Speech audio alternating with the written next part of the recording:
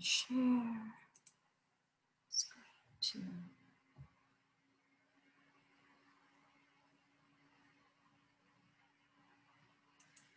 share.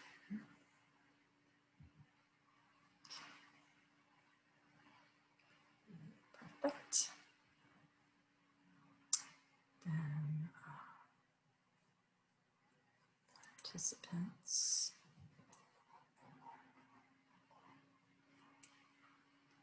And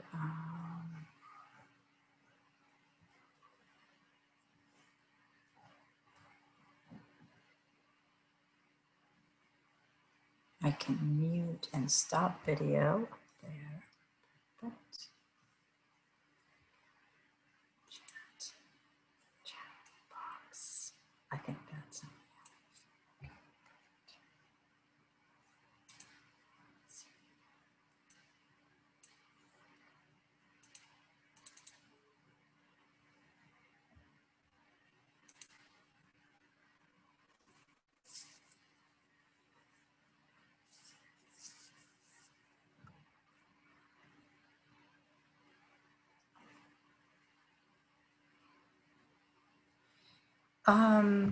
Yeah, Nate, and I will forward you. I should have a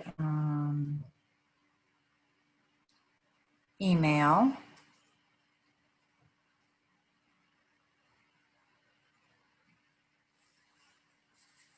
I'm going to forward this email to you that should be like the link to join.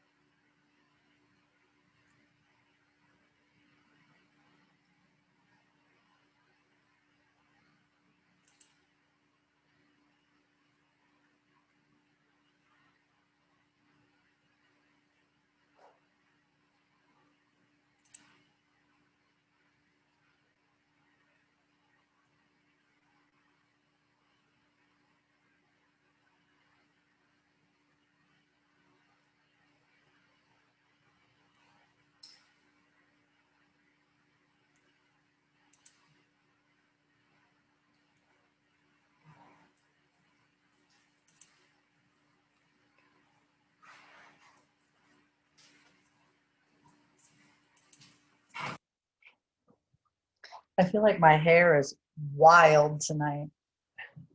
For like it's like flippity flipping. I'm trying to get flip.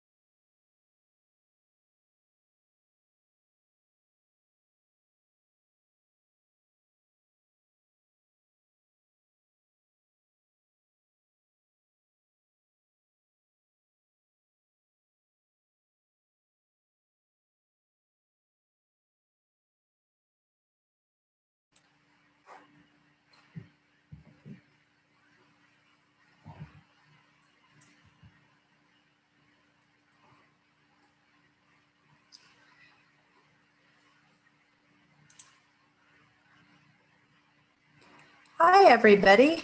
Welcome to the work, SciDome at Home. We'll get started here in just a minute. Thanks for joining. We'll wait and let some more folks join, and we'll get started before too long, so stand by. Thanks.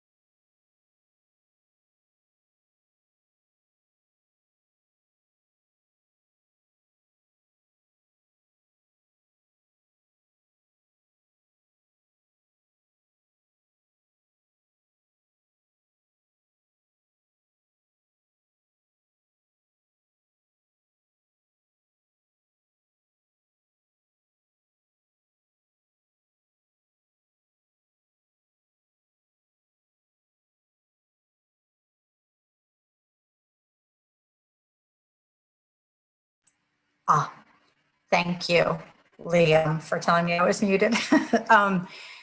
Welcome to SciDome at Home. If you are new to Zoom, a couple different things to know. If you see a chat box in the shared screen, you can minimize that. You can send a chat to me if you have a question that you want to ask. I will definitely leave time at the end to answer any questions that you have. But if something that comes up, feel free to send it to me, and I may or may not answer it at that minute, but I will try to get to it at least at the end.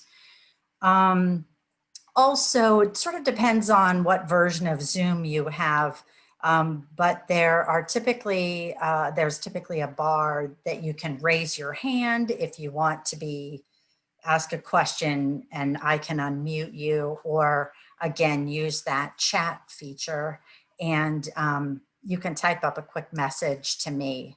Again, if you're showing a video bar or a chat bar in that shared screen that I'm sharing with you, you should be able to minimize it. What do you say? Shall we go ahead and get started? I'm going to turn my video off, but I'll stay. I'll keep myself unmuted, and we'll go ahead and get started.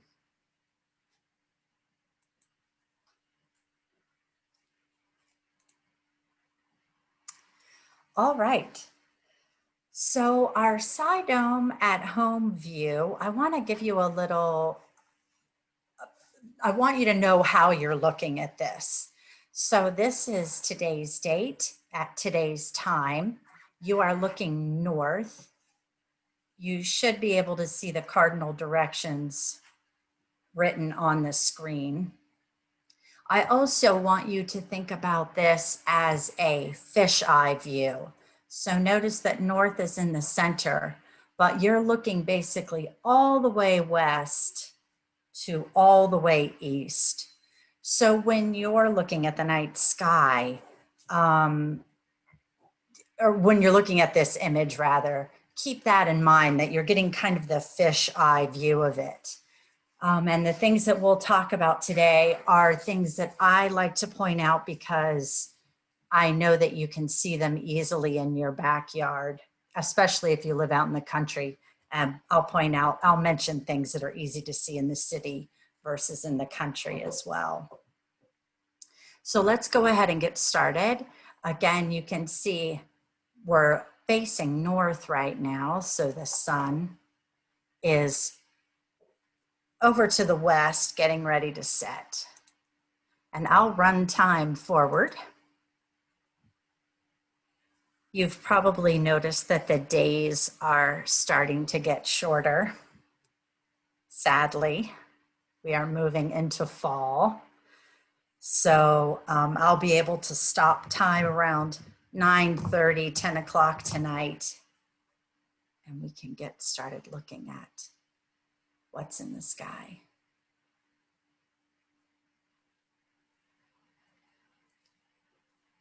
There's about 9 o'clock.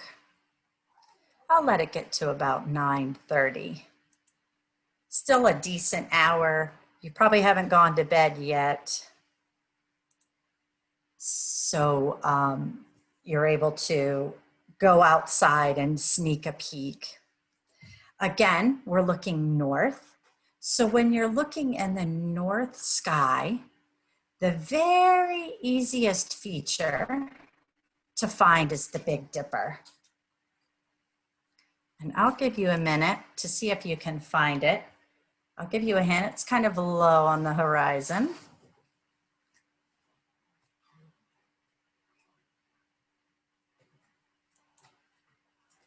So there is the Big Dipper.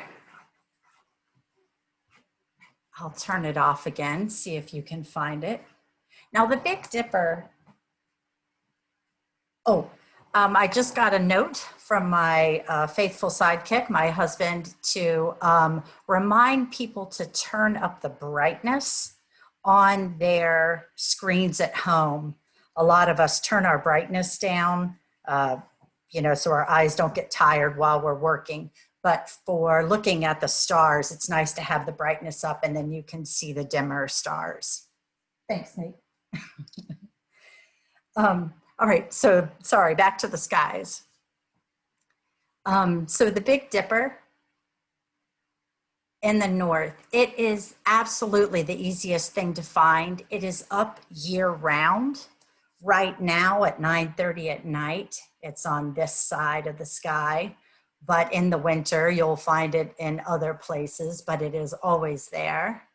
Now the Big Dipper itself is called an asterism. It's actually not a constellation. It is part of Ursa Major. So you can see that the Big Dipper is the rump and the tail of Ursa Major. And in case you need a hint as to what Ursa Major means, I will show you. There she is, Ursa Major. So Ursa is bear in Latin, and then major is, of course, great or big. So that's Ursa Major. Now use the Big Dipper to find some other fantastic stars. So one of my favorite things to do, and you cannot do it year round, right now is a great time. So again, Big Dipper, and you arc to Arcturus. So you use the arc of the handle and you arc over to the star Arcturus. And it's quite bright in the sky, so it'll be easy to find. Then use the Big Dipper to point you to Polaris, which is the North Star. So again, Big Dipper, use these bottom two stars and they point you to Polaris. Now, Polaris is the tip of the tail of Ursa Minor. So you may remember Ursa Major and Ursa Minor. So the reason why Polaris is the North Star is because our North Pole is always pointed at it. I'm going to run time forward. Notice Polaris stays still in the sky. So again, our North Pole is pointed to Polaris. Is it the stars that are moving? No, right? It's the Earth that's rotating on its axis. So you can use Polaris to know what latitude you are. Here in Newark, Ohio, we're at about 40 degrees latitude. So Polaris is at about 40 degrees in the sky. So if you're anywhere in the Northern Hemisphere, you can use Polaris to know what latitude you're at. I'm going to take us back to about 10:45. Let's make it 9:45 again. One last thing that I want to point out in the north sky, again, Big Dipper points you to Polaris. And it's not exactly a straight line, a little bit of an angle there. Can everybody see this squished W in the sky? That is Cassiopeia. And I'll turn off the illustration really quickly so that you can see that W shape. On your screens, it looks like that W is mixed in with all of these other stars. But I promise you, in your backyard, the Big Dipper and Cassiopeia stand out. They're brighter than the actual stars around them. When we use the dome, we're able to show all of the stars. But with the light pollution that we have here in Central Ohio, Cassiopeia stands out more. Keep in mind that Polaris is not a very bright star. So that's why you need to use the Big Dipper to find it. Let's go ahead and look south. And in this view, it's easier for me to just grab the screen and move it around to the south.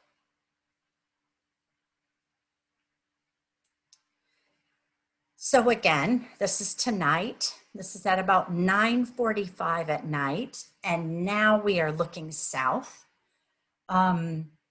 We still have some of the fantastic summer constellations up.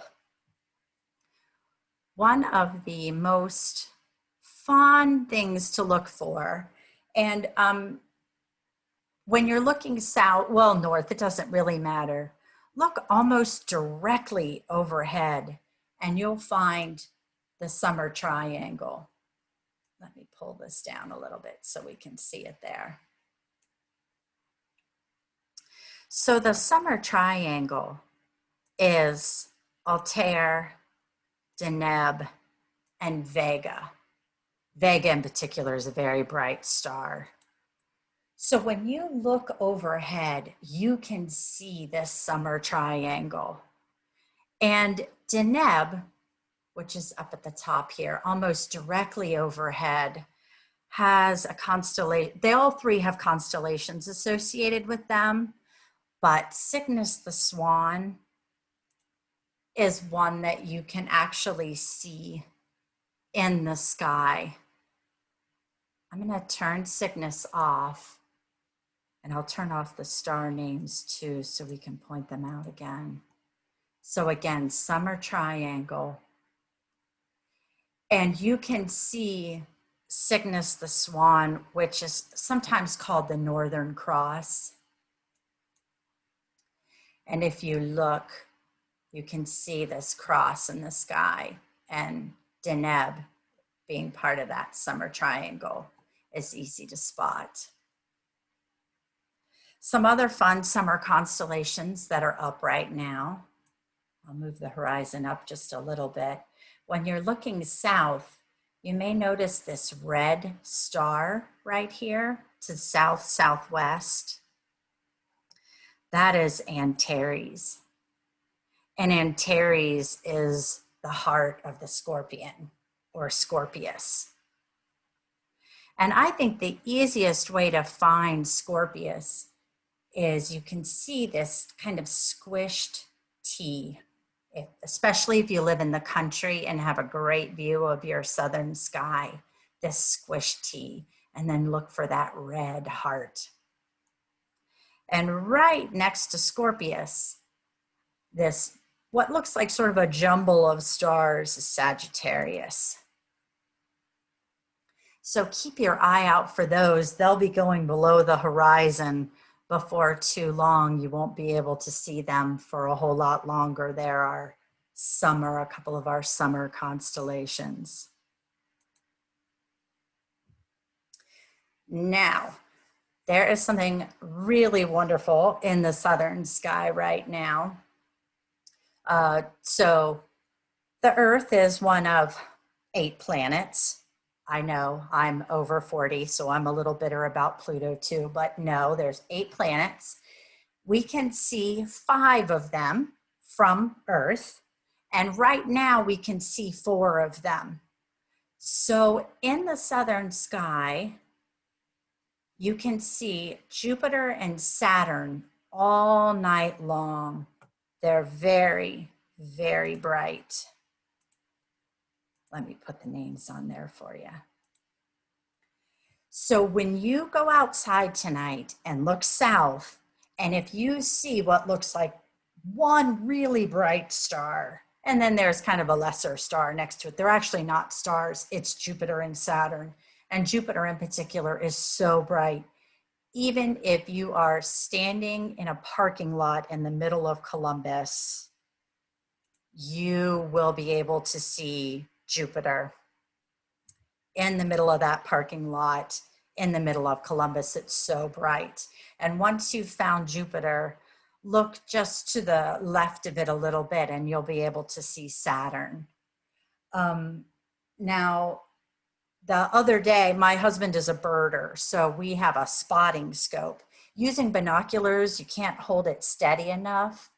But if you happen to have a tripod or something where you could keep something like a spotting scope still, certainly if you have a little backyard telescope, Jupiter, you can see all 4 of the Galilean moons around Jupiter right now, and it's wonderful. And if you look at it over the course of a few nights, you can see the moons are moving, they're changing positions around Jupiter. It's a lot of fun to see.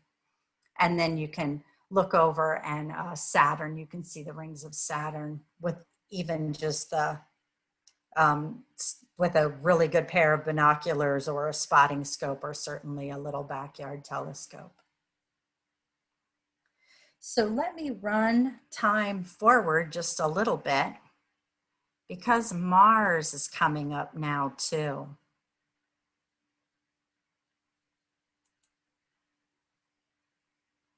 And we are very close to being in opposition of Mars. I'll show you that in a minute. When you may have heard the term opposition, meaning that the Earth, the Sun, the Earth, and whatever planet you're talking about are in line. Here comes Mars. By the way, this is at about midnight. Mars is quite bright right now, and it is red. So looking, you can see that we're a little more southeast east at this point. I'll move the horizon a little bit. Mars is red in the sky. Mars is literally covered in rust, iron oxide dust, so that's why it's red. And it's almost as bright as Jupiter in our sky right now.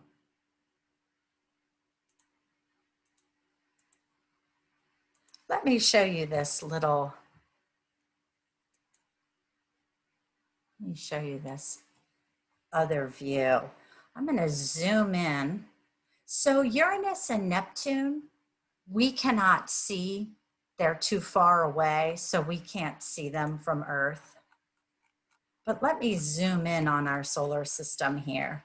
So we're looking above the sun, down at our solar system. I have the planets blown up just a little bit here. Hold on one second. See if I can get the names on them.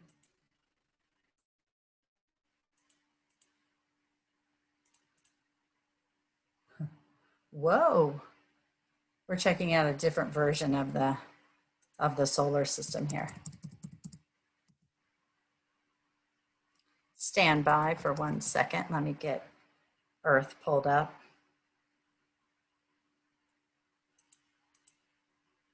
There we go. So again, this is today's date. This is at midnight. We're looking down on the sun, looking down on our solar system.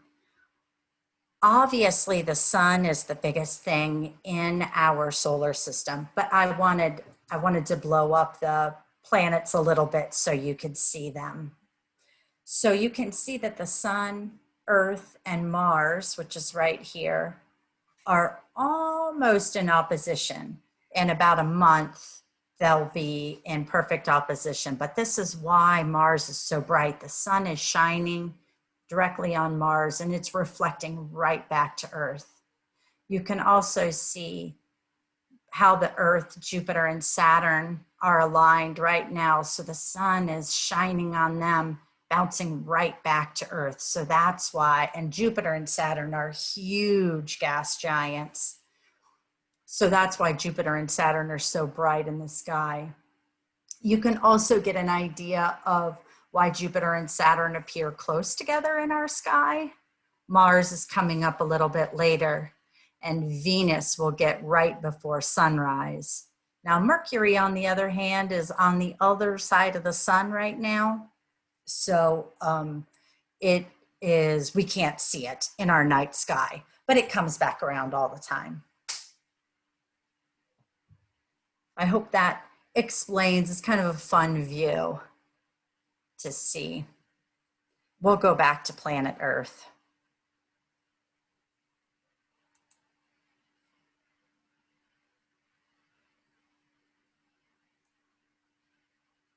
And I'll grab the horizon and move it down a little bit here.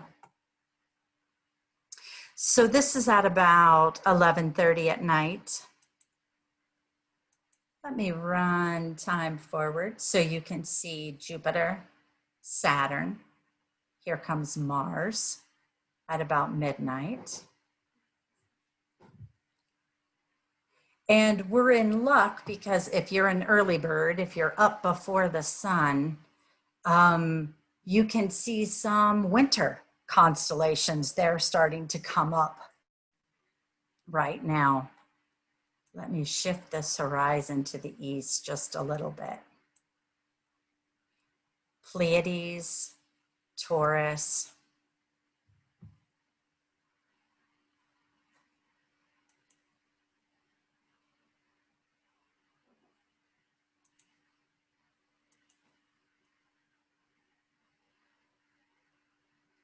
Orion, the hunter. And here comes Venus. So this is at about 4:15 in the morning, 4:30 in the morning. Venus is really bright right now. So if you wake up before the sun, make sure to look east, and Venus will just be absolutely gorgeous in the sky. But I had also mentioned that we get to see some winter constellations. So Taurus the bull and Orion the hunter are both what I consider winter constellations. And hopefully everybody knows Orion's belt. We'll talk about it more in a winter show, but you can always find Orion's belt in the winter, and it points you right to the V of Taurus. And right now, Orion also points you right to Venus, but Venus is quite bright, so maybe you can use it to point you to Orion instead. Now, one other fun fact that I want to point out is maybe you've heard the dog days of summer. And growing up, I always heard that. And I thought that it meant, oh, it's when all the dogs are on the front porch panting. But what it really is Sirius, the dog star, is starting to rise now. So here's Sirius right here. I'm going to stop time before the sun comes up. This is at about 6 in the morning. Let me go back just a smidge. But Sirius is the dog star, and it's part of Canis Major. So when you hear about the dog days of summer, it's because the dog star is starting to rise.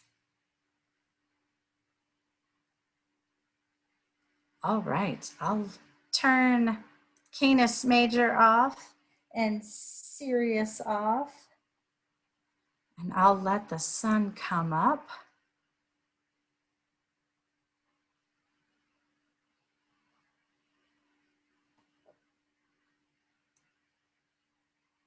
Point us south again.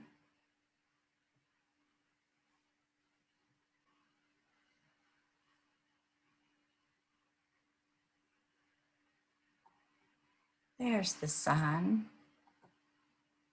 I'll stop the sun around noon. And mention one other thing before I open it up to questions. So I had talked about how you've noticed that the days are getting shorter as we're getting closer to the fall equinox.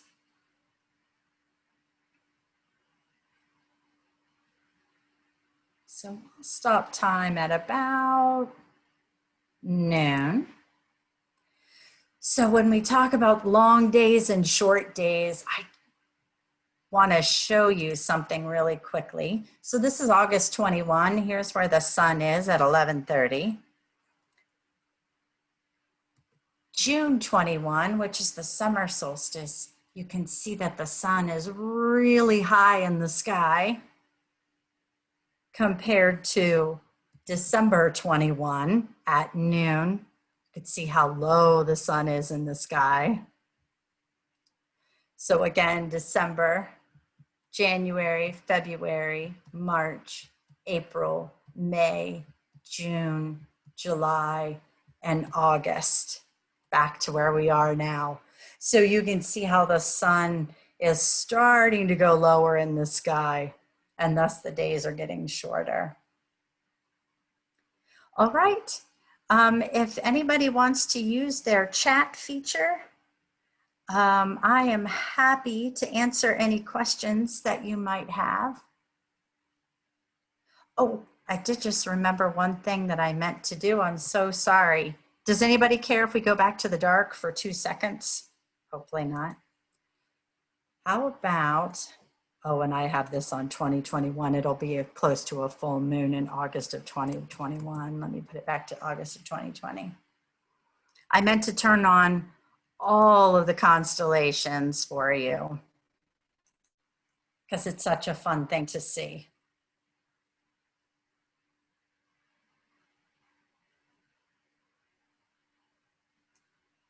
There are 88 constellations that are recognized by the International Astronomers Union. We cannot see all of the constellations all of the time. I was talking about summer constellations versus winter constellations. And we also cannot see all of the constellations living in North America. So some constellations you can only see if you live in South America. I'll rotate it around so we can look north. Again, remember Ursa Major points to Polaris, Ursa Minor. You can see Draco, Cassiopeia. It's just fun to look at all of the constellations. All right, now I'm open for questions. Does anybody have any questions? You're more than welcome to use your chat feature and type something.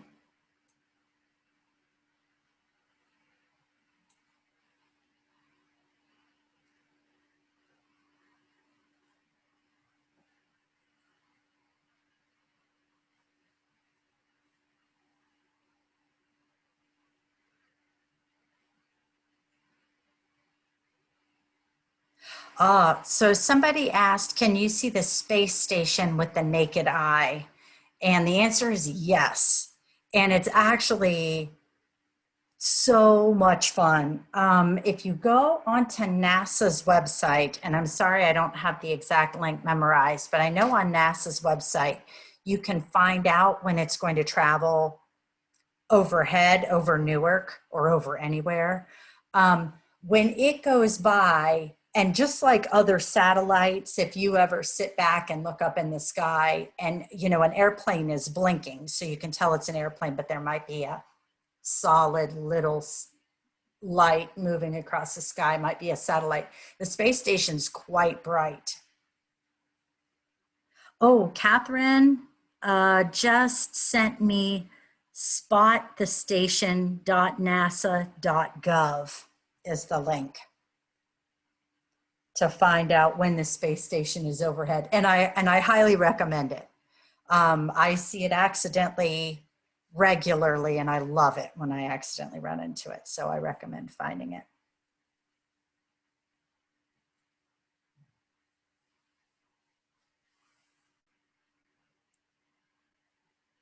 And how much fun was it to watch SpaceX take off and land over the last month?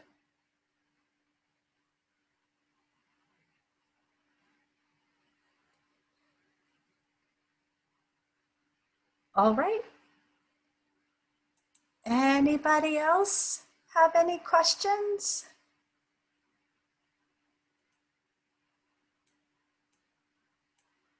I hope you enjoyed that. I'm sure that we will have more SciDome at Home programs. We tend to try to do one a month.